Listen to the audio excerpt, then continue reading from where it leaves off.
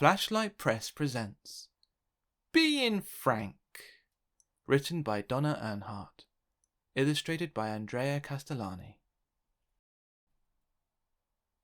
Frank was always frank. "Honesty is the best policy," he said. Frank never lied to his classmates. "Your freckles remind me of the Big Dipper," he told Dottie.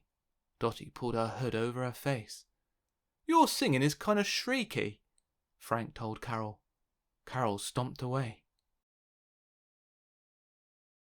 Frank always told the truth to adults. "Your breath smells funny," he told his teacher, Miss Saroma. She sent Frank to the principal's office. "Your toupee looks like my pet weasel," he told Principal Wiggins. Mr. Wiggins called Frank's mum. "You wouldn't get so many wrinkles if you didn't glare at me like that," Frank told his mum on the way home. "And by the way, you're speeding." And Frank was always honest with police officers. "Yes, officer," he said. "She knew how fast she was going. I told her." Frank was very proud of being Frank.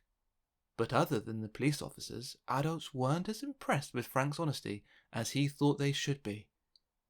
"You'll have wrinkles one day too," Mum said, rubbing on some lotion. "Some things are better left unsaid," said Mr. Wiggins, adjusting his toupee. "You don't have to say everything you're thinking," said Miss Saroma, popping a mint in her mouth. Frank's schoolmates weren't impressed either. "My freckles do not look like the Big Dipper," Dottie said, "and my mother says I shouldn't listen to you." "I'm still going to sing in the talent show at the school carnival tomorrow, and I'm not going to ride the Ferris wheel with you," Carol told Frank. "But we always ride the Ferris wheel together," Frank whispered. Everyone was upset, and now Frank wasn't so happy either.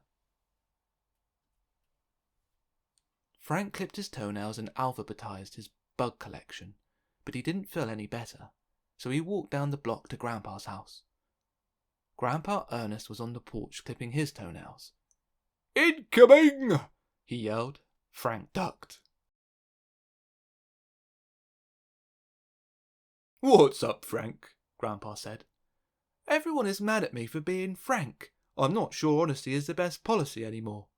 "That used to happen to me too," said Grandpa. Mrs. Peacock walked by and straightened her massive hat. "It's new. Do you like it, Ernest?" Frank thought the hat looked like a flower store on Mrs. Peacock's head.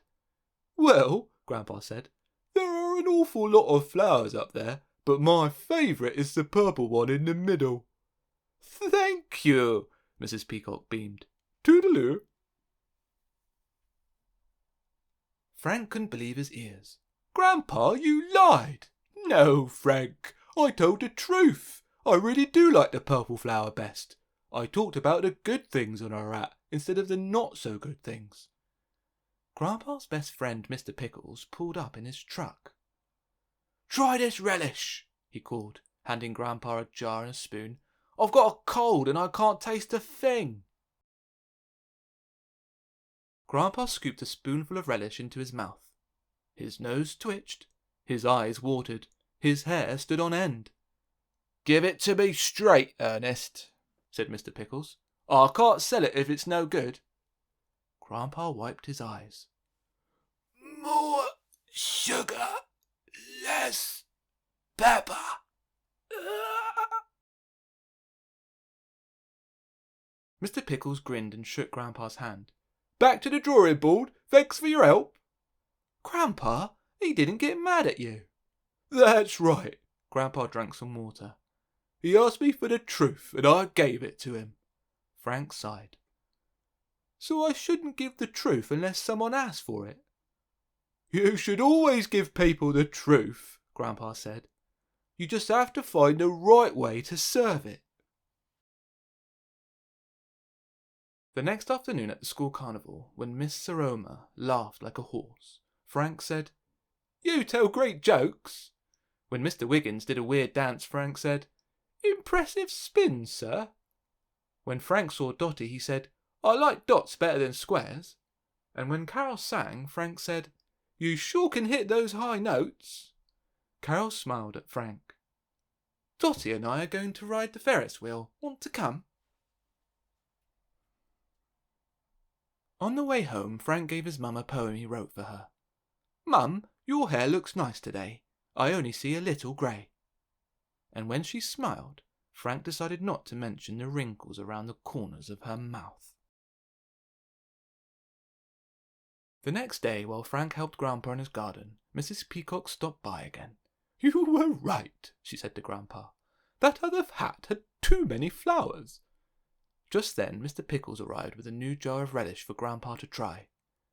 Excuse me for a moment, Grandpa said to Mrs. Peacock. So, what do you think of my hat? Mrs. Peacock asked. But this time she wasn't asking Grandpa, she was asking Frank.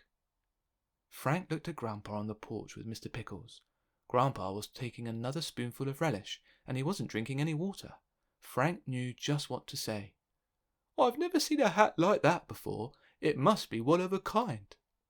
Thank you, Mrs. Peacock beamed. Toodaloo. So how has it been, Frank, today? Grandpa asked. Well, Grandpa, I think honesty is the best policy, said Frank. But now I know it's best served with more sugar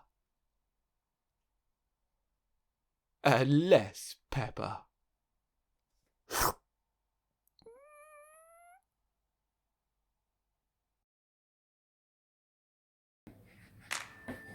If you enjoyed this video, please remember to like,